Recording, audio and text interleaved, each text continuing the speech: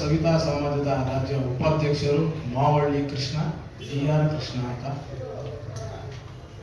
ಮಿತ್ರರೇ, ಈ ನಮ್ಮ ಸಮಾಜವನ್ನ ತಮಗೆಲ್ಲ ತಿಳಿದಿರೋ ಹಾಗೆ ಬಹಳ ಹೀನಾಯವಾಗಿ ನಡ್ಕೊಳ್ತಾ ಇರೋದು ತಮಗೆಲ್ಲ ಗೊತ್ತಿದೆ. ರಾಜಕೀಯ ವ್ಯಕ್ತಿಗಳಾಗಲಿ ಅಥವಾ ಶಾಸ್ತ್ರ ಹೇಳುವಂಥವ್ರಾಗಲಿ, ಸಮಾಜದಲ್ಲಿ ಬಸ್ ಡ್ರೈವರಿಂದ ಹಿಡಿದು ಕಸ ಗುಡಿಸೋರಿಂದ ಹಿಡಿದು ಪ್ರತಿಯೊಬ್ಬರನ್ನು ನಮ್ಮ ಜಾತಿ ಪದವನ್ನು ಬಳಸಿ ನಮಗೆ ಬಹಳ ಹೀನಾಯವಾಗಿ ಮಾಡ್ತಿರೋದು ತಮಗೆಲ್ಲ ಗೊತ್ತಿದೆ. ಇತ್ತೀಚೆಗೆ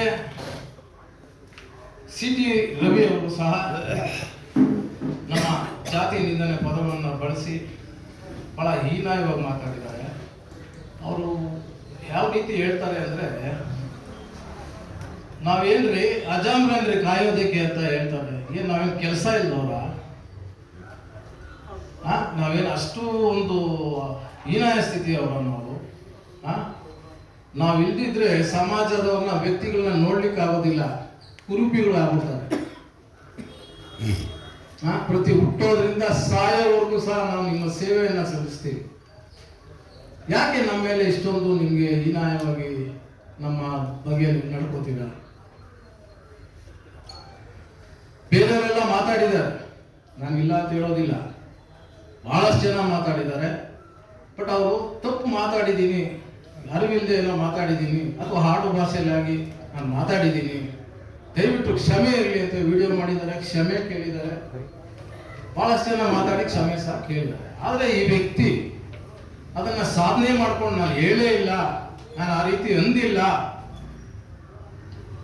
ವಿಷಾದ ವ್ಯಕ್ತಪಡಿಸ್ತೀನಿ ಅಂತ ಹೇಳ್ತಿದ್ದಾರೆ. ಯಾವ ರೀತಿ ಒಬ್ಬ ಹಿಂದೂ ಸಮುದಾಯವನ್ನ ಹೇಳ್ಕೊಂಡು ಅಧಿಕಾರಕ್ಕೆ ಬರುವಂತ ಒಂದು ಪಕ್ಷ ಒಂದು ಹಿಂದೂ ಸಮಾಜವನ್ನ ಹೀನಾಯವಾಗಿ ಮಾತಾಡುವಂಥದ್ದು ಎಂತ ಒಂದು ಸಂದರ್ಭ, ಎಂತ ಒಂದು ಎಷ್ಟು ನೋವಾಗುತ್ತೆ. ಏನ್ ಮಾಡಿದೀವಿ ನಾವು ಸಮಾಜವನ್ನು? ನಾವು ನಮ್ಮನ್ನು ಯಾಕೆ ಈ ರೀತಿ ಹೀನಾಯವಾಗಿ ನಡೆಸ್ಕೊಡ್ತೀರಾ? ದಯಮಾಡಿ 2ನೇ ತಾರೀಕು ಡಿಸೆಂಬರು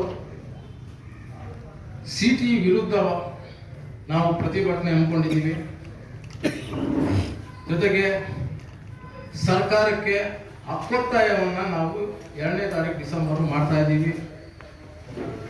ಅವತ್ತು ರೈಲ್ವೆ ಸ್ಟೇಷನ್ ಇಂದ ಕಾಲ್ನಡಿಗೆಯಲ್ಲಿ